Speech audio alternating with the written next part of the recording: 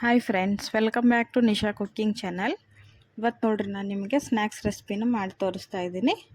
ನೋಡಿರಿ ಎಷ್ಟು ಚೆನ್ನಾಗಿ ಬಂದಿದೆ ಅಂಥೇಳಿ. ಅಷ್ಟೇ ಟೇಸ್ಟಿಯಾಗಿ ರುಚಿಯಾಗಿರುತ್ತೆ. ನೀವು ಕೂಡ ಮಾಡಿ ನೋಡಿರಿ ಒಂದು ಸಾರಿ. ಇದು ಡ್ರೈ ಮಸಾಲ ಚಪಾತಿ ಅಂಥೇಳಿ ಕರಿತೀವಿ. ನೋಡಿರಿ ಅಷ್ಟು ಲೈಟಾಗಿರುತ್ತೆ, ಅಷ್ಟು ಕ್ರಿಸ್ಪಿಯಾಗಿ ಬರುತ್ತೆ.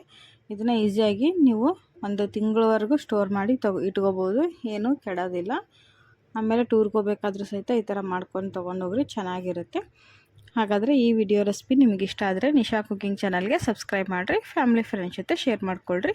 ಇನ್ನು ಯಾರು ಸಬ್ಸ್ಕ್ರೈಬ್ ಮಾಡದೆ ವಿಡಿಯೋಗಳನ್ನ ನೋಡ್ತಿದ್ರೆ ದಯವಿಟ್ಟು ಸಬ್ಸ್ಕ್ರೈಬ್ ಮಾಡಿಕೊಂಡು ಚಾನಲ್ಗೆ ವಿಡಿಯೋ ನೋಡಿ ಅಂತ ಹೇಳ್ತಾ ಇದ್ದೀನಿ. ಹಾಗಾದರೆ ಈ ವಿಡಿಯೋ ಇಷ್ಟ ಆದರೆ ನಿಮ್ಮ ಫ್ಯಾಮಿಲಿ ಫ್ರೆಂಡ್ಸ್ ಜೊತೆ ಸಹಿತ ಶೇರ್ ಮಾಡಿಕೊಳ್ರಿ. ಈಗ ನೋಡಿರಿ ಈ ರೆಸಿಪಿ ಮಾಡೋದಕ್ಕೆ ಏನೇನು ಬೇಕು ಅಂತ ತೋರಿಸ್ತಾ ಇದ್ದೀನಿ. ನಾನಿಲ್ಲಿ 1 ಕಪ್ಪಷ್ಟು ಗೋಧಿ ಹಿಟ್ಟನ್ನು ತೊಗೊಂಡಿದ್ದೀನಿ, 1 ಕಪ್ಪು ಅರ್ಧ ಕಪ್ಪಷ್ಟು ಕಡಲೆ ಹಿಟ್ಟನ್ನು ತೊಗೊಂಡಿದ್ದೀನಿ. ಇಲ್ಲಿ 1 ಸ್ಪೂನು ಕಸ್ತೂರಿ ಮೇಥಿ, 1 ಸ್ಪೂನು ಜೀರಿಗೆ, 1 ಸ್ಪೂನು ಅಜ್ವೈನನ್ನು ತೊಗೊಂಡಿದ್ದೀನಿ. ಜೀರಿಗೆನ ಈ ಥರ ಕುಟ್ಟಿಬಿಟ್ಟು ತೊಗೊಳ್ರಿ, ಚೆನ್ನಾಗಿ ಅದ್ರ ಫ್ಲೇವರ್ ಬರುತ್ತೆ ಅಂದರೆ. ಈಗ ನೋಡಿರಿ ನಾನು ಹಿಟ್ಟನ್ನು ಮಿಕ್ಸ್ ಮಾಡ್ತಾಯಿದ್ದೀನಿ. ಅರ್ಧ ಬೌಲ್ನಷ್ಟು ಗೋಧಿ ಹಿಟ್ಟನ್ನು ಹಾಕಿದೆ, ಮತ್ತು ಅರ್ಧ ಬೌಲ್ನಷ್ಟು ಕಡಲೆ ಹಿಟ್ಟನ್ನು ತೊಗೊಳ್ರಿ. ಅಂದರೆ ನಾವು ಬಜ್ಜಿ ಮಾಡ್ತೀವಲ್ವ ಆ ಹಿಟ್ಟು, ಹಸಿ ಕಡಲೆಬೇಳೆ ಹಿಟ್ಟು. 2 ಹಿಟ್ಟಿಗೆ ಈಗ ನಾನು ಫಸ್ಟು ತೋರಿಸಿದ್ನಲ್ಲ ಕಸ್ತೂರಿ ಮೇಥಿ, ಜೀರಿಗೆ ಮತ್ತು ಅಜ್ವೈನು, ಇದನ್ನು ಸ್ವಲ್ಪ ಹಾಕಿಬಿಟ್ಟು ಮಿಕ್ಸ್ ಮಾಡಿರಿ.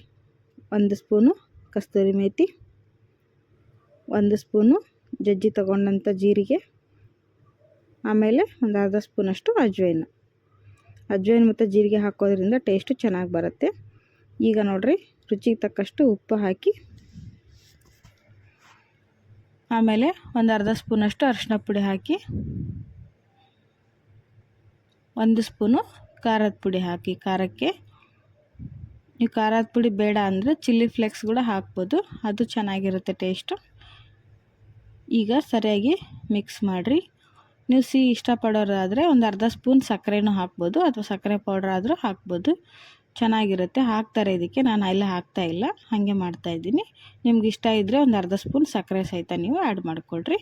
ಈಗ ಉಪ್ಪು ಖಾರ ಮಸಾಲೆ ಹಾಕಿದ್ದೆಲ್ಲ ಚೆನ್ನಾಗಿ ಒಂದು ಸಾರಿ ಹಿಟ್ಟಿನಲ್ಲಿ ಮಿಕ್ಸ್ ಮಾಡಿ, ಇದಕ್ಕೆ ಇವಾಗ ಕಾಯಿಸಿದಂಥ ಎಣ್ಣೆನ ಹಾಕ್ತಾಯಿದ್ದೀನಿ. ಒಂದು 4 ಟೇಬಲ್ ಸ್ಪೂನಷ್ಟು ಎಣ್ಣೆ ಹಾಕಿ, ಜಾಸ್ತಿ ಓವರಾಗಿ ಕಾಯ್ಸೋಕ್ಕೆ ಹೋಗ್ಬೇಡ್ರಿ, ಸ್ವಲ್ಪ ಬೆಚ್ಚಗಿದ್ರೆ ಸಾಕು. ನಾವು ಅದನ್ನು ಕೈಯಿಂದ ಮುಟ್ಟಿ ಕಲಸೋದಿರುತ್ತೆ ಅಲ್ವ, ಕೈ ಸುಡುತ್ತೆ. ಸ್ವಲ್ಪ ನೋಡಿಕೊಂಡು ಸ್ವಲ್ಪನೇ ಕಾಯಿಸ್ಬಿಟ್ಟು ಈ ಥರ ಹಿಟ್ಟಿಗೆ ಹಾಕಿ ಚೆನ್ನಾಗಿ ಮಿಕ್ಸ್ ಮಾಡಿರಿ. ಎಣ್ಣೆ ಚೆನ್ನಾಗಿ ಸ್ಪ್ರೆಡ್ ಆಗೋ ಥರ ಹಿಟ್ಟನ್ನು ಕಲಸ್ರಿ. ಹೀಗೆ 1 ನಿಮಿಷ ಕಲಸ್ರಿ, ಚೆನ್ನಾಗಿ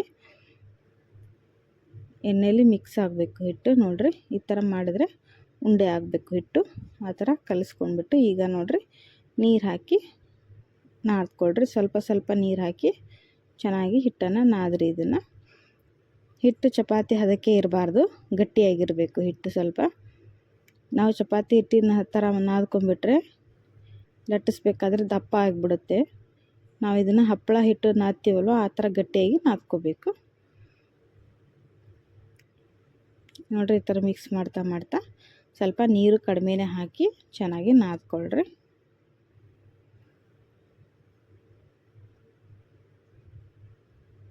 ಸ್ವಲ್ಪ ನೀರು ಜಾಸ್ತಿ ಆದರೂ ಕೂಡ ಚಪಾತಿಗಳು ಸರಿಯಾಗಿ ಬರೋದಿಲ್ಲ, ದಪ್ಪ ಆಗಿಬಿಡ್ತವೆ. ಸ್ವಲ್ಪ ಗಟ್ಟಿಯಾಗಿ ನಾದ್ಕೊಂಡ್ರೆ ನಾವು ಈಸಿಯಾಗಿ ತೆಳ್ಳಗೆ ಲಟ್ಟಿಸ್ಕೋಬೋದು. ನೋಡಿ ಈ ಥರ ಮಿಕ್ಸ್ ಮಾಡ್ತಾ ಹೋಗ್ರಿ. ಸ್ವಲ್ಪ ಹಿಟ್ಟು ನೆನೆದಂಗೆ ತಾನೇ ಹದಕ್ಕೆ ಬರುತ್ತೆ ಹಿಟ್ಟು.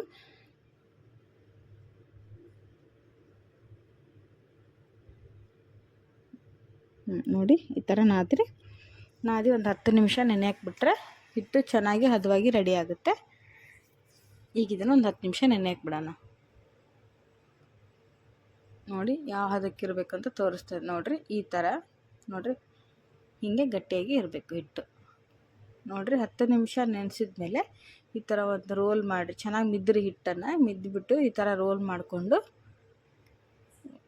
ಚಿಕ್ಕ ಉಳ್ಳೆಗಳನ್ನಾಗಿ ಮಾಡಿರಿ.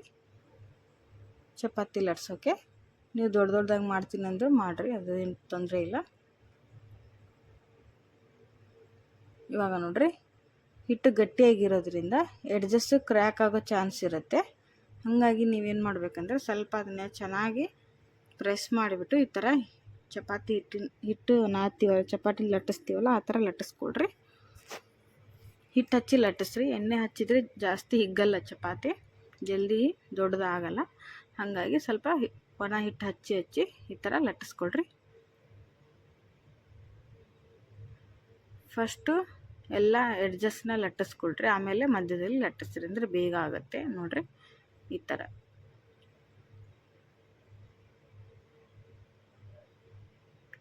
ನೋಡಿ ಹೀಗೆ ಚಪಾತಿನ ರೆಡಿ ಮಾಡಿಕೊಡ್ರಿ. ಆದಷ್ಟು ತೆಳ್ಳಗೆ ಲಟ್ಟಿಸ್ಕೊಳ್ರಿ. ನಿಮ್ಗೆ ಲಟ್ಸೋದು ಕಷ್ಟ ಅನಿಸಿದರೆ ನೀವು ಪಾಪಡ್ ಮೇಕರ್ ಇರುತ್ತಲ್ವ, ಹಪ್ಪಳ ಮಾಡೋ ಮಷೀನು, ಅದರಲ್ಲಿ ಕೂಡ ನೀವು ಪ್ರೆಸ್ ಮಾಡ್ಬೋದು. ಲಟ್ಸಿದ್ರೆ ತುಂಬ ತೆಳ್ಳಗೆ ಬರುತ್ತೆ, ಚೆನ್ನಾಗಿ ಬರುತ್ತೆ ಅಂತೇಳಿ ಲಟ್ಟಿಸ್ತಾ ಇದ್ದೀನಿ. ಅದರಲ್ಲಾದರೆ ಇನ್ನೂ ಸ್ವಲ್ಪ ಈಸಿ ಅನಿಸುತ್ತೆ ನಿಮಗೆ, ಶೇಪ್ ಕೂಡ ಚೆನ್ನಾಗಿ ಬರ್ತವೆ. ಇವಾಗ ನೋಡಿರಿ ಚಪಾತಿ ರೆಡಿ ಆಯಿತು. ಈಗ ಇದನ್ನು ಶೇಪ್ಗೆ ಕಟ್ ಮಾಡ್ಕೊಳ್ಳೋಣ. ಇಲ್ಲಿ ನಾನು 2 ಚಪಾತಿನ ಲಟ್ಟಿಸಿ ತೋರಿಸ್ತಾ ಇದ್ದೀನಿ ನಿಮಗೆ. ಈಗ ಮನೆಯಲ್ಲಿ ಬಾಕ್ಸ್ ಮುಚ್ಚಳ ಇರುತ್ತಲ್ವ, ಅದನ್ನು ತೊಗೊಂಡ್ಬಿಟ್ಟು, ಇಲ್ಲಾಂದರೆ ಒಂದು ಪ್ಲೇಟ್ ತೊಗೊಂಡು ಈ ಥರ ಕಟ್ ಮಾಡಿಕೊಡ್ರಿ. ಮಧ್ಯದಲ್ಲಿ ರೌಂಡಾಗಿ ಚೆನ್ನಾಗಿ ಕಾಣಿಸುತ್ತೆ ಅಂತ ನೋಡಿ, ಈ ಥರ ಕಟ್ ಮಾಡಿಕೊಡ್ರಿ. ಕಟ್ ಮಾಡಿ ಅದರದೆಲ್ಲ ಅಂಚನ್ನು ತೆಗೆದುಬಿಡ್ರಿ, ಎಡ್ಜಸ್ಟ್ ತೆಗೆದುಬಿಟ್ಟು. ನೋಡಿ ಎಷ್ಟು ತೆಳ್ಳಗೆ ಲಟ್ಟಿಸಿದ್ದೀನಿ ಅಂಥೇಳಿ. ನೀವು ಇದೇ ಥರ ತೆಳ್ಳಗೆ ಲಟ್ಟಿಸ್ಕೊಡ್ರಿ ಆದಷ್ಟು, ಅಂದರೆ ಚೆನ್ನಾಗಿರುತ್ತೆ ತಿನ್ನುವಾಗ. ಇವಾಗ ನೋಡಿರಿ ಇದು ಒಂದು ಕೂಡ ತೆಗಿತಾ ಇದ್ದೀನಿ ನಾನು.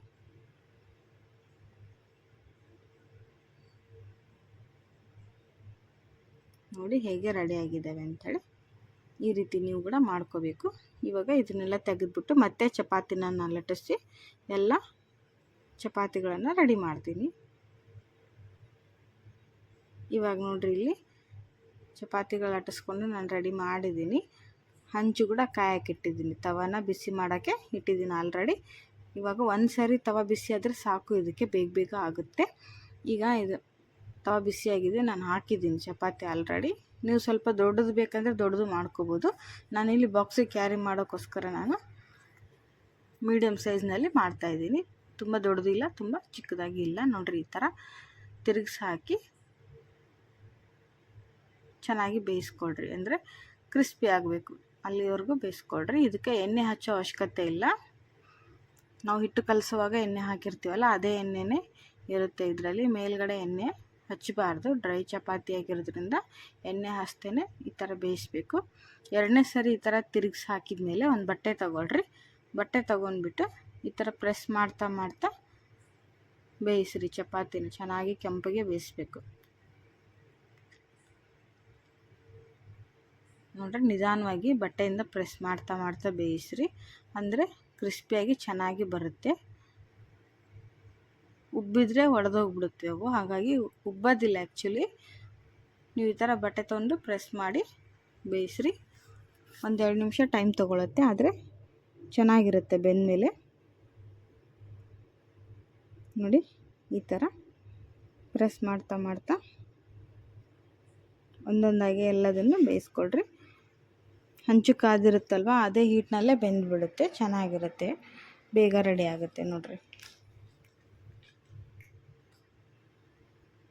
ಈಗ ಇದನ್ನು ತೆಗೆದು ಪ್ಲೇಟಿಗೆ ಹಾಕೋಣ. ರೆಡಿಯಾಗಿದೆ.